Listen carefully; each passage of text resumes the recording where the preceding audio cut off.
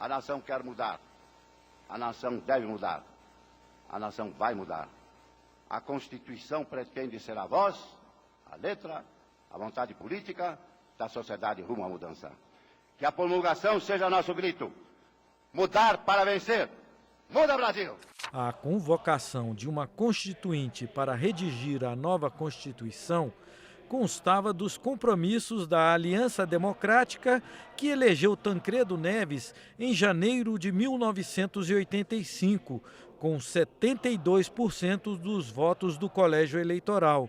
Quem conta esta história é o ex-presidente José Sarney, eleito na chapa de Tancredo e que assumiu o posto com a internação do presidente eleito na véspera da posse. Sustentar a união, a integridade e a independência do Brasil. Nós, quando nos reunimos para fazer a Aliança Democrática, foi uma engenharia política que conseguiu congregar quase todos os partidos e as forças nacionais, que eram quase unânimes, para voltarmos ao Estado democrático de direito. Que o Brasil fez um processo de transição que restaurou uma democracia consolidada, que os militares voltaram aos quartéis. Nos primeiros meses de seu governo, Sarney apresentou ao Congresso proposta para a convocação da Assembleia Nacional Constituinte, ao mesmo tempo em que reuniu uma comissão de notáveis para preparar um anteprojeto que serviria de ponto de partida para a nova Carta. A ideia de fazer uma comissão constituída de notáveis, basicamente foi uma ideia de Tancredo. Discutimos muito isso durante a formulação da Aliança Democrática. A Comissão Afonso Arinos seguia uma tradição de outras constituições brasileiras. José Bonifácio e o irmão Antônio Carlos Andrada coordenaram os estudos para a Constituição de 1824. Rui Barbosa para a Constituição de 1891 e Afrânio de Melo Franco presidiu a Comissão do Itamaraty, que preparou o esboço da Constituição de 1934. A Comissão Afonso Arinos percorreu o país, reuniu sugestões e apresentou um projeto de Constituição.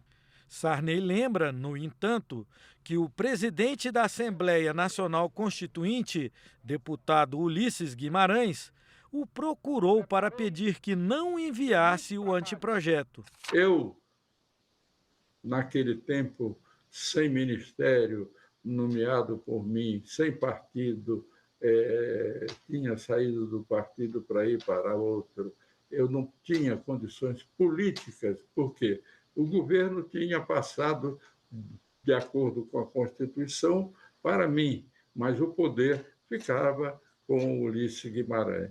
E não tinha condições de divergir fundamentalmente do Ulisses. Então, me mandei a convocação da Constituinte, depois mandei o projeto dos notáveis, mas não como uma imposição no anteprojeto constitucional.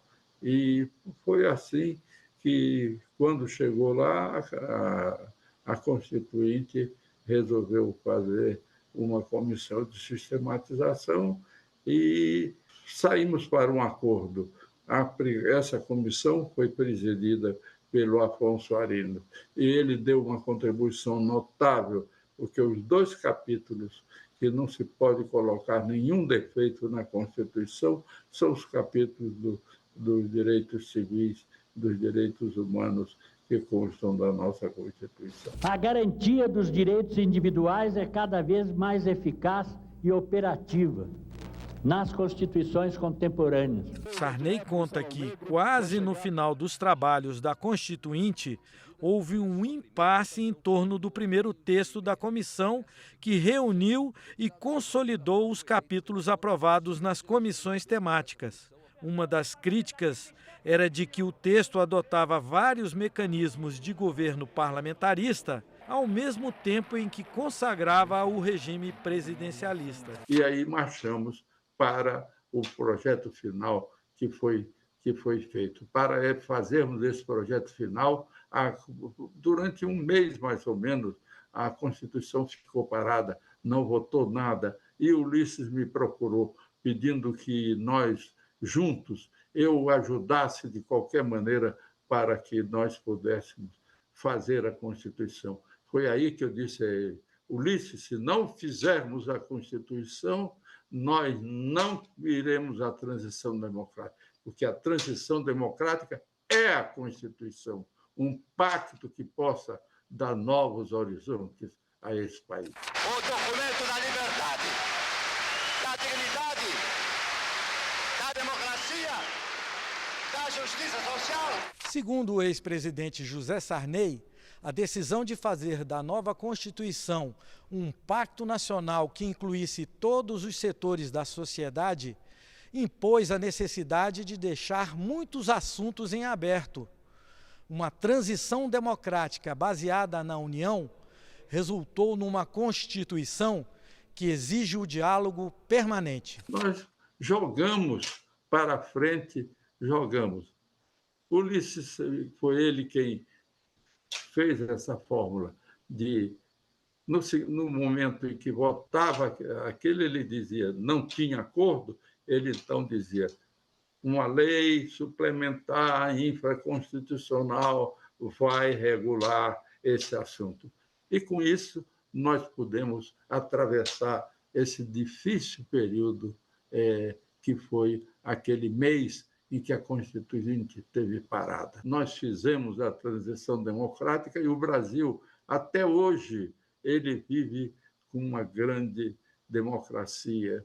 Ele tem atravessado dificuldades, problemas institucionais, mas tem vencido todas elas.